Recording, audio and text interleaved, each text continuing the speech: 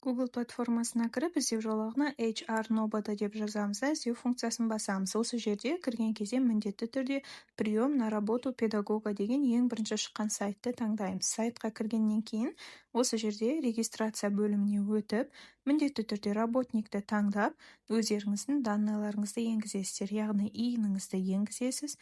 Одан кейін почтаңызды, Gmail'ды немесе email'ды енгізуіңізге болады.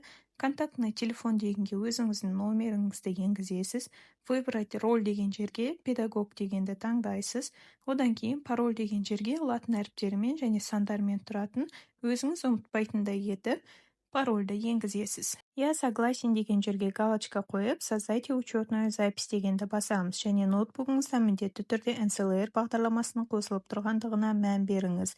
Осы жерде өзіңіздің ECP ключіңізбен электронды қол қоясыз. ECP ключімізді таңдап, паролін енгізіп, подписать деген функцияны басасыз. Сонымен регистрацияны толық жасап бітеміз.